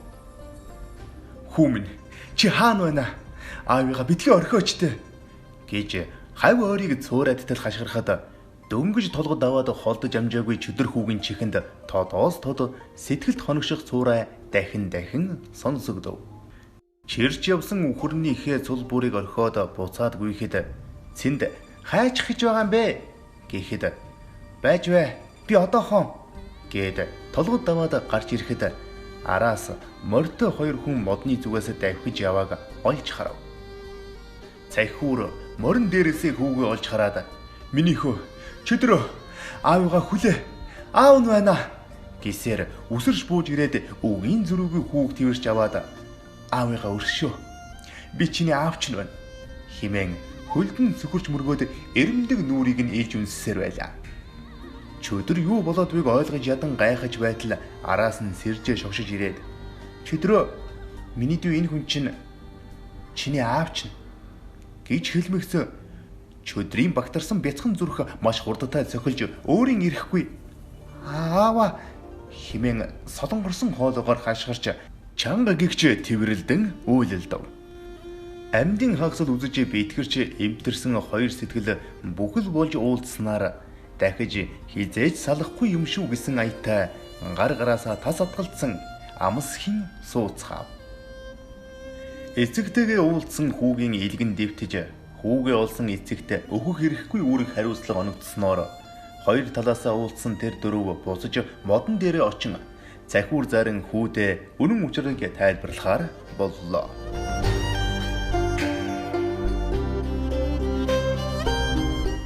Арван жилийн өмнө чамайг 3 настай байхад ээж тэжн үлдээгээд аав нь айлын хатуу хар үйлэнд бөөлж залуу насны яг омгоор аархаж хар бор дарсанд самуурч хийх ёсгүй цээртэй үйлийг ширвэж хийснээр бие тавгүйрч арай ядан гэртээ иртэл гэр маань юу ч үгүй үнс нуран болсныг харсан юм. Миний ухаан санаа өөрийгөө өдөрдөх чадваргүй 3 өдөр 3 шөнө бөөрөн дээрээ өөрийгөө зүхэж дэнтэй дунтай хагас галзуу солиото хий хоосон бахирч хэвснэ сандаг юм. Хуваа бодсон нүгэлт хүмүүсийн хар бараан үйлийг нягтлж сайн дэнслэхгүй хийснээс болж өөрийн гал голомд гэр бүлдээ лай дуудаж золионд нь харуулснаа хожим ухаарад араас нь явчихмаар байвч хувхаарч цайрсан ясыг нь хараад ямар нэгэн юм хийж гүйцэх үүрэгтэй үлдсэн мэт санагдаад дараа төрөлд сүнсийг нь чөлөөлөх ёстой гэж бодоод дээлийн хормойтой хагас дутуу цуглуулж аван энэ модны дур авчирч булан үйл хийсэн. Та хоёрыг энд байдаг гэж бодоод байнга эргэж тойрч үүгээр хонож үнэнждэг байлаа.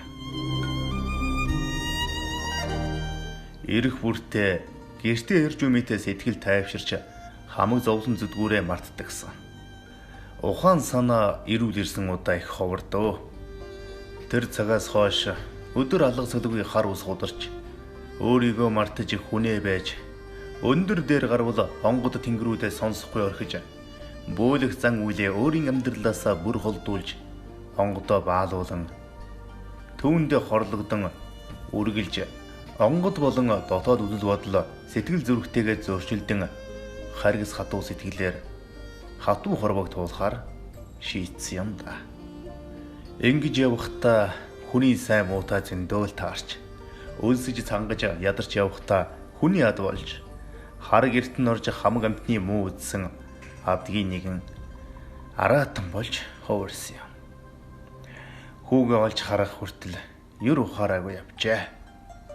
Миний хүү аавыгаа өршөө химэн гарыг натгаж уйлав.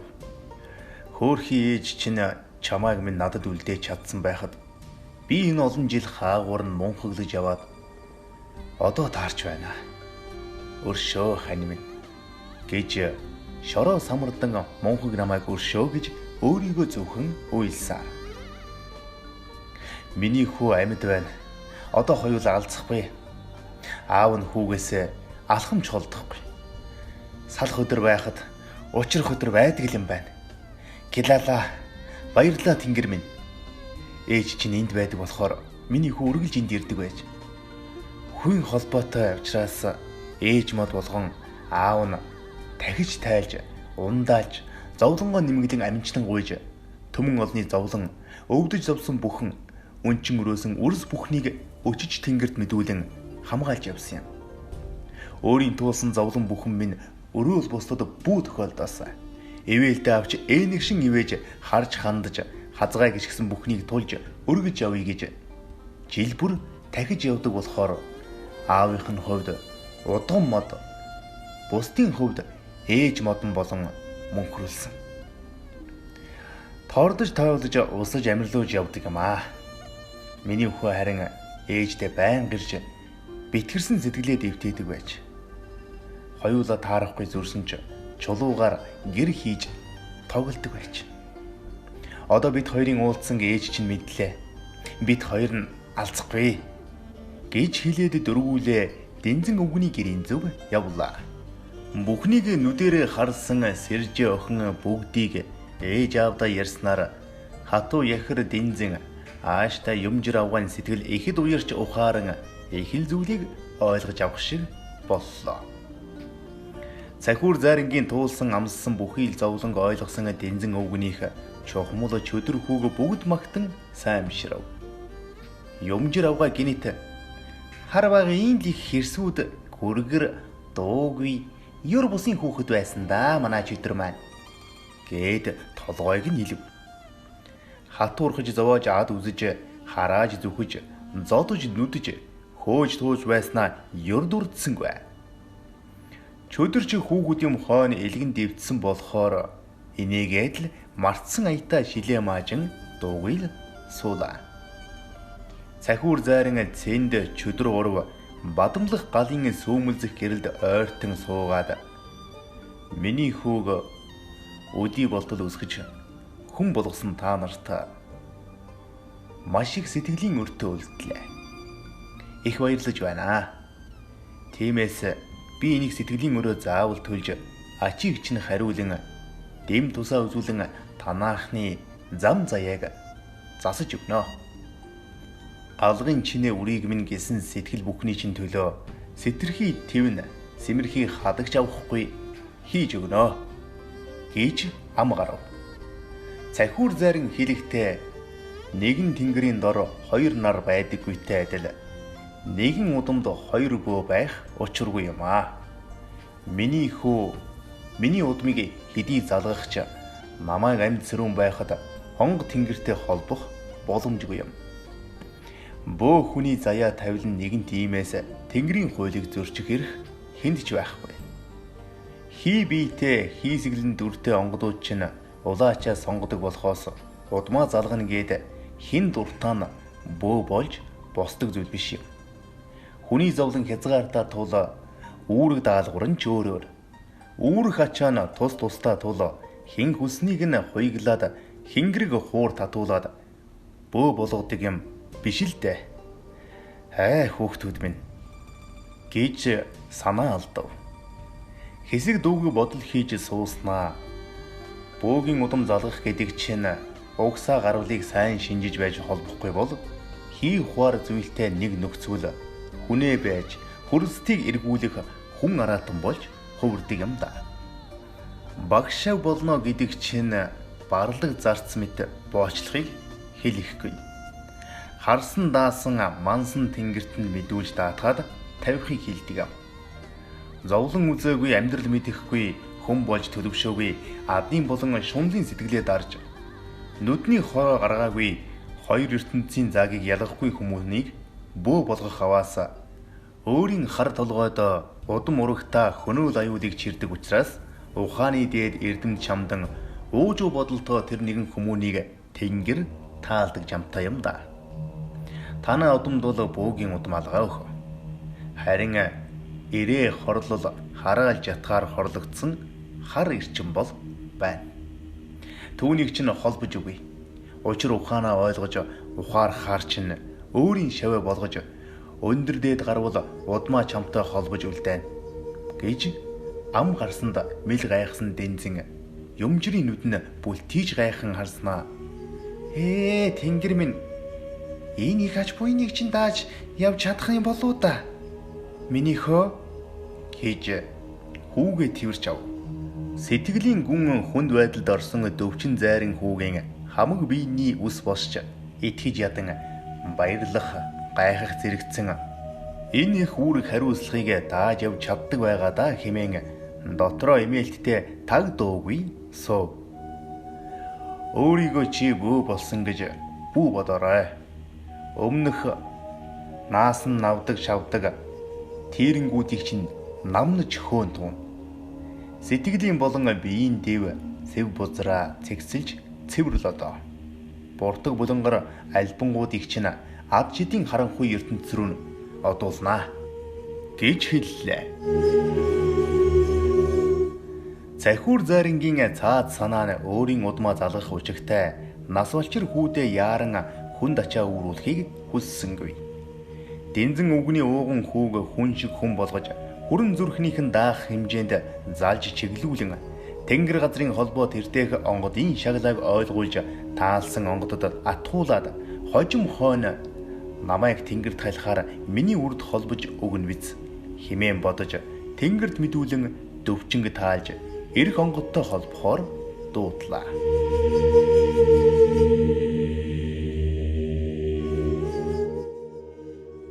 Хамаг хариуцлага ухамсарласан дөвчин зайран өмнөх балгаа цэгцлээд тэнгэрийн үүлэн чулуутахаар нэгэн шийджээ. Цахиур зайран төмөрт бөө хүн байхын ухааныг тархинд нь гүн суулгаж тайлбарлаад хүн байхын учгийг сэтгэл зүрхэнд нь сайн ойлгуулж өгсөн бөгөөд хайрхан ууландаа хуур дангаа хоршуулан өөрийгөө таних мэд мөн дотоод сэтгэл хүн чанар мөн чанараа явж олоод ир гэд хэсэгтэй гэрээс нь хол хээрээр гэр хийн явууллаа. Энэ хоогуур дэнзэн өвгнийд юу болж өнгөрснийг сураг чимээгээр мэдсэн төмрийн удган багшийн хорсол зэвүүцлэн дээд зэгтээ хүрэн хорон соноо агуулan цахиур зайран руу холбог жатахгүй гэж эхлэв. Үүнтэй зэрэгцэн хувилгаан гээд байсан хүүг биш гээд хамаг юмыг нь буцааж үгүйсгэсэнд өсөргсөн номын багш гэх ахлам шарв мөн л намайг үгүйсгэж миний айлдварыг зөрчдөг хаанаас ирсэн хин гэж золбон бэ? Тэр хэлсэн хүний хар толгойг хаг нэргэн химэн эрхэргүүлж майн мэгзэм тарнаа уншин жодоош хидлэн баруун зүүн хоёр талаас галтай сум тасралтгүй нүүлгэж эхэлснээр хатуу харын зайрангийн хамаг биеийг нь шивээ зүүмэд сүвлэж тэсвэр төвчээрийг алдуулж уур уцаар хилэнгэн хөдөлгөж орхив. Өөрлөн халдах сумыг хаанаас орж ирж буйг ерөнхийдөө бүгдийг нь мэдсээр хажуу хавийн хүмүүстэй ер дуулгасангүй хариу цохилтч хийлгүй сарниулан хаасаар тэссээр хамаг тамираа баран сулран суутал унтаж байсан балчир үрийнхэн царай гинэт цон хийж хамаг бие нь халуу шатаж бүх бие нь хөхөрч бүлээсч хөдрөн байхыг харсан цахиур сандарч босоод хүүгээ хартал биеийн сулраад ухаан санаа нь орж гараад димэрч байлаа.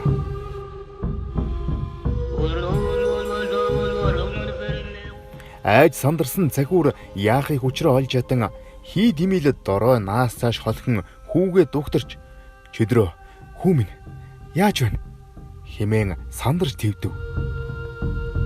Цэнд миний ох алуу түргэн юмжир хчигээ дууд гэхэд юмжир авгаа удалгүй орж ирээд яава юу болов хүү минь гэсээр учиргүй асарч тоогдож эхлэв. Уур нь хөрсөн цахиур ухс хийж босоод удганы гэрийн зүг явлаа. Ийм ад зэтгэрийн сүнснүүдийг дууддаг болсон бөө лам нар дээд тэнгэрийн гэрлийг харах боломжгүй мэлмийн сохорж сэтгэл зүрх нь харанхуй болж тамийн данстай болсон сүнсгүй бөө хэмэргүй лам нар ургах нарны гэрлээс айж харанхуй орны тийрэн сүнс амьдуулж тамийн эзний тарин уншиж боолыг нь хийж суудаг байна.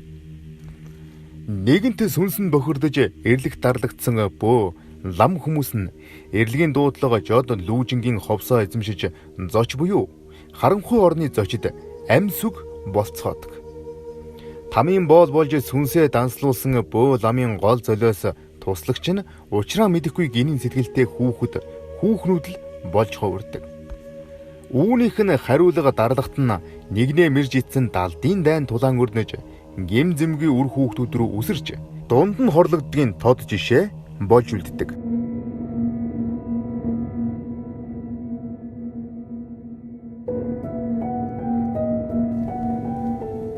Хорон санаатай хүмүүст мэдрүүлэхээр харын зарим цахиур уур хилэнтэй очиж үгийн муугар зүхэж хариугаа авахар хар герт нь орлоо. Мэндийн зөрүүгийн хаалгыг нь голн тахил өөд нь харан хэсэг гөлөр зогсоход имэж бэргсэн удган авгаа учир байдлыг генет ойлгон үг хэлэн эвлэрч ядан та хаа хурч явна химэн ээрч мурч арай ядан үгээ зөөхөд цахиур зайран учирлаар төрүүлсэн ганц үрийн минь амийг хороох гээд хошног эргүүлж суунууч.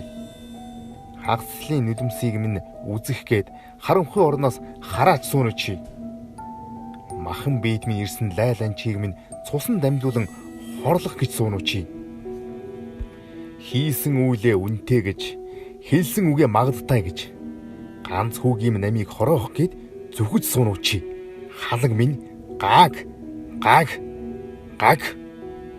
Үхэрийн ёр дуудсан голомт чинь үнс болон хийс. Үнэгч тоож шинжлэх үнэргүй, аниргүй тонил. Гуаг. Өштөө гэвэл намайг хөмөрнө биз чи. Өршөөлтэй гэвэл өөрийнхөө амийг авар гэж араас залбираараа чи. Өтөр төргөн үйлээ тат. Үгээ залиг. Үгүй гэвэл цусан далай, махан овоо, ясан хавцал болохыг үзээрэй. Үхлийн муугаар үхмээр байна уу? Үгэрч хоосорч зайлмаар байна уу? Минь дүлдэнэ гэж бодож байвал үйлээ тат. Ган хийж ганц ч үйлдэл чам руу би хийсэнгүй. Гар хоосон ирээд гараад явлаа шүү. Гэж хэлээд галд нь аргал шидчгээд муу санаж ирсэнгүй. Мунхуг ухаанд чинь нэгийг санууллаа. Халуун гал дээр хараалын хатуу үг унагсан болохоор галд чинь ганц аргал хийж өршөөл ирлээ. Үйлээ татаж үгээ цэнэхгүй араас нь ширвэж татвал шил чин татаж шингэн алдаж үхэж талд орно шүү. Гээд гарч одов. Өөртөө эхэлсэн хойно нэг мөр шудраад гарна гээд ламын зүг хөдлөв. Замаасаа бул чулуу тэрч үүдэнд нь тавиад хэрвээ халирч тэрч хэтрүүлбэл энэ хар чулууг буутны иргэн биз химэн имээсэндээ биш өөрийнхөө омгийг зөөллөн орж байгаа нь тэрэ. Ах ламтан угтаж ирэхийг тосч бэлдсэн мэт арц хүжээ өвгүүлэн баримтагтаа судраа эргүүлсээр сууж байв.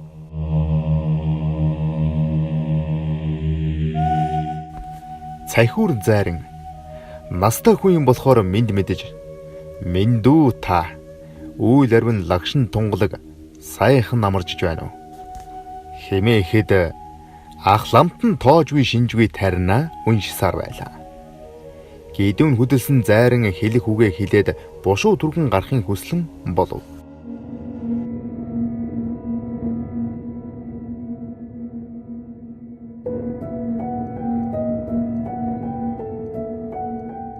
Ганц амтны ам аварч үзээгүй та чааваас та ганлан бүрээгээр яанам. Сурч мэдсэн буян хишгээ бузар үйлэнд ашиглаж судар эргүүл суунуу та. Хаанаас гарч ирсэн хисмэл хар бадарчин бэ. Бичиг гихч ирээн цоохор наад судраа бих гэдэг өмхийг хар шавраа арай өөр зүйл хэрэглэж болсонгүй юу. Цэлэлзэг хоёр нүдийг чинь хон хэрэг ухаг. Цэгэн ооч хаманд чинь шүд чинь бутаж унаг. Хахаг. Сонсох хоёр чихнээс чинь нойтон булган урсаг. 9 онгорхой сүв чинь тагларч бөглөрч битүүрэг. Ганлин ясан чөмгөөр чинь гавлын чинь ясыг чинь татна шүү.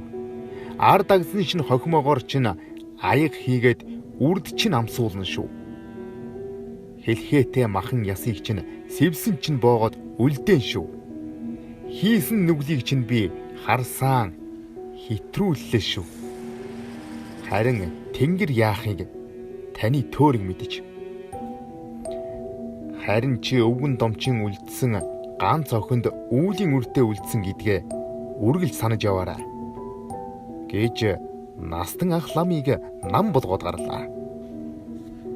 Хатуу мууг хамаагүй хэлсэн бол энэ хар чулуунд шингэг. Гээд гараараа чичээд нулимаад хүүгийнхээ зүгт яран хөдлөв.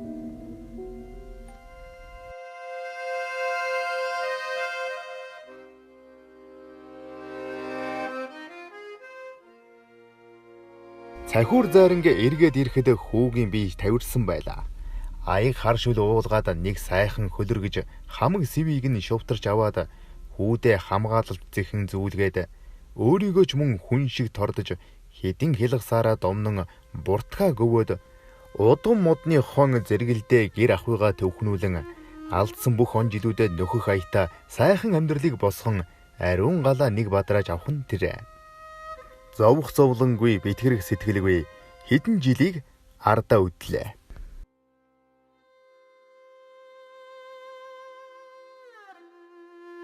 Тэртээ уулын хаяанаас нэг бадарчин гимээр навсайсан сахал үсэндээ баригдсан хүн гэрийн зүг доглон сажилж яваг харлаа.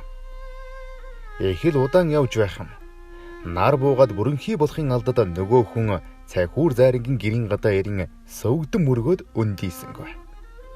Гэнэт цөрхөрөн уйлаад юр газраас өндийхгүй мүлгсөөр цайхуур зайрангийн хөлнөөс адис аван өндийлөө. Босоод ирэхэд нь хартал төмөрхүү байх нь тэрэ. Хичнээн жон жил өнгөрсөн юм. Ар гэрийнхэн чинь сураг тавиад олоогүй байсан хэлхүү. Гаднаас нь харахад их л зовлон үзжээ. Дотроос нь ажигвал үүлийн үрн их л нэмгэрсэн үзэгдэх аж.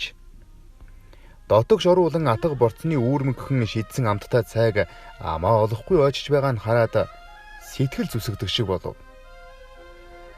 Аав ээжийн буруу шийдвэрийн том золио болсон энэ хүүд ч буруу юу байх вэ? Гэмээ авахаарч гэлдэрч яваад элсэн мэнд ирж байгаа нь аштай юу та? Ажаад жаахан харах нь их л ухаан сууж уучраа олсон харагдана. Гаднаас нь үзвэл эдийн шуналгүй энгийн өвдөс хүчийг өөртөө шингээсэн навсайлсан бөө болжээ. Өөрийн ирэхгүй зайрынгийн нүдэнд нулимс хурж сэтгэл нь хөдлөн тэрвэрч аваад зулайг нэг үнэрлэж толгойг нилээд түүнийг өөрийн хүү шиг сайхан болгоод тордлоо. Дайсан хүртэл зүгээ олж өөрийгөө олж чадваас жинхэнэ анд итгэлт хүн байдгийн тод жишээ энэ юм уу та. Маргааш боллоо. Хэдэн жил хүнтэй дуугаралгүй байснаас хилэн татсан төмөр хэдэн үг хэлж эхэллээ. Явсан газар, сурсан эрдэм, мэдэрсэн мэдрэмж, үдсэн бүхнээ багштай бүгдийг ярьж эхлэв. Сэтгэл зүрх нь нэгдэцгээж яг нэг хүн шиг уусан байх багш шавийн нандин учиг үүнд харагдах шиг. Хизээ дурвахгүй чин зориг хидийд ч ардан зогсох нумршгүй баг нь ингэж бүрдлээ. Зүсийг олсон хүү аав ээж дээрээ очиж золголоо. Хүний л төрж өссөн гэрэм гисэндээ ороход халуу төөнөж чихтэйхэн сайхан үнэртэж байлаа. Зайран хэлсэндээ хурч тэр айлыг айл шиг айл хүн шиг хүмүүс болгосон байж төмөрч баярлан уйсаж хэлсэндээ байдаг зайран хүний зан хийн гиснээ төгс дүүргдэг тууштай байдлыг багтаж байлаа. Ургах нартай уралдан үдшийн бүрий тасартал чөдөр төмөр хоёр хүүдээ жинхэнэ бөөхөн ямар байх сүрийг нарийн нэгтэн ба зааж эхлэхэн тэрэ. Цайхуур зайран ихэл царай зүсэн ядруу нэгэн өглөө босоод төмөр чөдөр хоёрыг дагуулад нэгэн асахтай хайрханд хамт очоод ирийгээд явжээ. Хаашаа явж байгааг нь хэн ч асуусангүй. Чимээгүй л дагсаар очтол. Цайхуур. За миний хоёр хөө. Энэ их учиртай газар юм аа. Энд хүнтэй хамт ирж үзээгүй. Би сэтгэлийнхээ амар амгалан олж огшиж дүүлдэг. Ганцаардлаасаа салж хүн араатнуудын орчлонгоос хаагцаж хөх тэнгэрийн орноор хөрс орчлонгийн завсар харанхуйн ертөнцөөр минь хоршуулан жолоо цулбуура сольж дүүлж нисдэг газар минь юм да. Гээд нулимсаа арчхад нөгөө хоёр нь ухаж үл ойлгов. Миний хүү тийшээ гардаа. Тэр жижиг амаар шургаад ор. Гээд чөдөрт хилтэл. Чөдөр заава гээд мацав. Шургаж ороод буцаж толгоогоо гаргаад аава энд бөөгийн хуйг байна гэхэд цайхуур миний хүү гаргаад ирээ. Аавынх нь юм байгаа. Мэл гайхсан төмөр асуухад хээрийн онго гэж ийм юм байдаг. Ах нь энэ хуйг хөөгөө их ховорхон өмссөн дөө. Одоо нэг нөмөрх болсон байхаа. Миний тоотой хоногийн минь тоог үүсэж байх шиг байна. Гисээр айхлан ханиалгав. Тоосонд бүрхэж нар салхинд үжирч сэмэрсэн хуйг нь гарын ая даахгүй урагдж салмайсан ч толгой дээгүүрээ ганц дүүгүрдээд углав. Өмөрч үрчээж ээлжирсэн хар дүнхэр нь суларч шаларсан байсан ч өвгөн миний эцсийн хүсэлтийг минь холбож өгөх хув байгаа байлгүй дээ. Гээд хингэргээ дэлцээр тоосорч хуйсгнаж ирчлээд ёстол огштол сайхан хөнгөн дигдэж бөөг харсан хоёр хүүгийн нүд бэлмийн баясаж байлаа. Өндөр дээд өвгөд буюу онгод тэнгэр буугаад шагшиж ангасан байдалтай самнаж хараагаад тогтож ядаад туглаж ядахгүй бэргэж дэвхцээд бахархалтай баавартай гихч аархаж газар тэнгэр хоёрыг нийлүүлж байх нь тэр шүү дээ. Арай ядан тогтож минд мэдхэд хүүрнэн өгүүлж сургаал айлтав. Ураг удмын хэлхээ чи сонс. Ухааш наа тэргүүндээ шингээ үг ширүүнч үнэн. Бөө хүний тарих оюун ухаан хязгааргүй. Зүрх сэтгэл хатуудаа хатуу, зөөлөндөө зөөлөн өр нинжин. Сайнтай муутай хар цагааныг дэнслэж явдаг. Хүн байхын мөн чанарыг тархиндаа суулга. Байгаль ертөнцийн зүй тогтлыг амьд амтан агаар мандал өв сургамл булаг шандтай нь хоршуулан амьрлуулах хүн холбоосыг бүгдийг задлан ойлов. Гэж өчөж Ил далд ертөнцийн хуулийг толгойд нь гүн ухааруулж ураг удмаа яаж өртөөлүүлэн өрнүүлэх хийгээд хүмүүнийг соён гэгэрүүлэх бүхий л эрдмийг заан сургав. Хизээч мартаж болохгүй шүү гээд хүнд 3 гал, 3 шүтэн, 3 засал байдгийн учгийг хэлж өгөв. Сэтгэл зүрхнийхэн галаа үргэлж цацруулж гэрэлтүүлж яв. Өргөө гэрийн гал голомтоо бадрааж ариун байлган тахиж яв. Хүн төрлөختнийг гэрэлтүүлж гийгүүлж би алтан шаргалнараа үргэлж дээдэлж хайрлаж яв. Байгаль их дэлхийгээ хайрлан шүтэж яв. Эцэг ихээ хүндлэн хайрлан шүтэж яв. Уг гарвал өвөг дээдэс шүтэнэн дээдэл. Мөн бөө хүний заавал хэд 3 засал байдаг. Сэтгэлийн засал нь учир шалтгааны гаргалгаа гарцыг нь тайлдаг. Үүлийн лайны засал нь орон зайн нөлөөлөлд оруулан хурц домнох засал байдаг. Үйлдэлийн засал гэдэг нь тухайн зорьсон хүндээ өөрөөр нь хийлгүүлэх үүрэг гэж бий. Хүмүүний орчлон ердөө ийм л цомхон. Үүнийг үргэлж санаж яваарай. Хэмээжээ. Өөрийгөө яаж онгойлох дэгж аягийг захиж хэлээд ширв татаж ухас хийж онгод нь хавхарч мордоод савж татаад хөөрхий цахиур зайран маань тэр жигтэй биеийг хөшиж тэнгэртээ халиваа.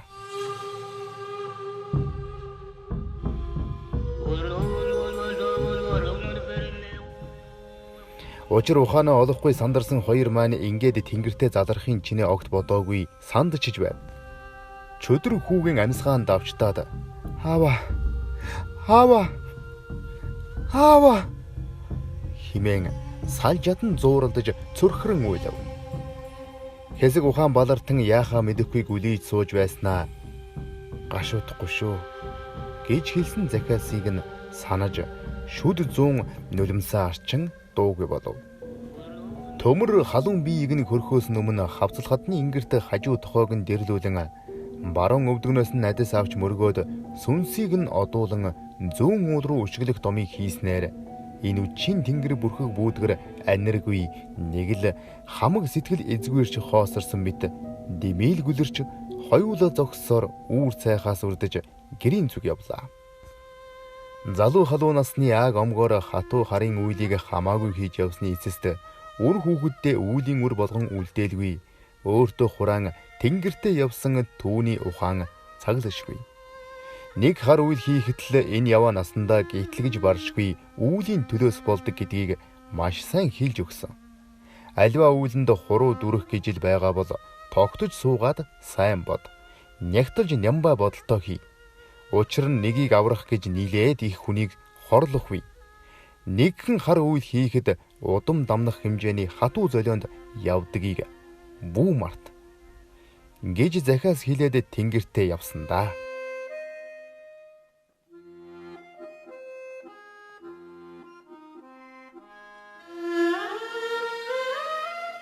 Эдэр настай том залуу болсон чөдөр хөө удмын хаан үргэлжлэл эцгийнхээ залгамж халааг авахаар онгод тэнгэрээ холбуулах зан үйлдээ шамдсаар. Жил бүр аавынхаа хээрийн онгон дээр ирж их хүндэтгэл үзүүлж заасан бүгдийг нь эргэцүүлэн 3 өдөр 3 шөнө бодлоо цэгцэлж хүчээ нөөн өдий хүрлээ.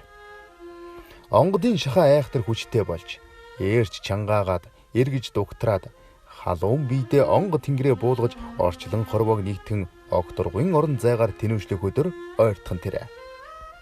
Төмөрч учир юуг ухаж чөдрийг замчлан хээрийн онгын зүг явахдаа хүн ороох эсхий хүрэл тагш зэхээд гарах нь тэрэ. Онгодоо буулгана гэдэг наадгай биш. Үхэгсэхийн заагт амьсгал тасарч тамир барагдах мөчөд энэ хүүг босгоод тавих нь уу, амийг нь аваад одох нь уу гэдгийг хинч таашгүй. Үхээд өгвөл эсгийнд нь ороон онгол нь сэхээд ирвэл хүрэн тагшин аяганд нь ундаалга цалгиулж барина. Ямар ч байсан багшийнхаа Захиасыг санаж өөрийгөө бас бэлдэн хүчээ нөөж явлаа.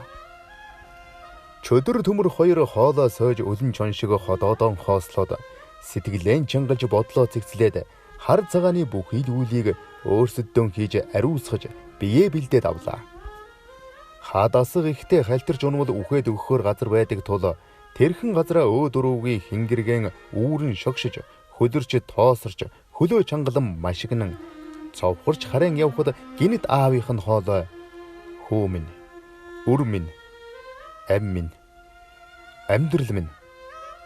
Аав нь хүүгээ унахад нь тулж бай. Босгот нь дэмнэж өгье. Буруу хазгаа гიშгвэл баг нь болж өндийлгэй. Огшиж үйлж мэгшвэл зүрх сэтгэлд чинь хүч өгнө гэж чихэнд нь шивнэв. Хүүчи цаг ирснийг мэдээд хөлсөндөө нэвтсэн хуйгаа тайлалгүй урд уужуу амьсгаа аван майхавчаа тохон хингэргээ дэлдэж эхлэв.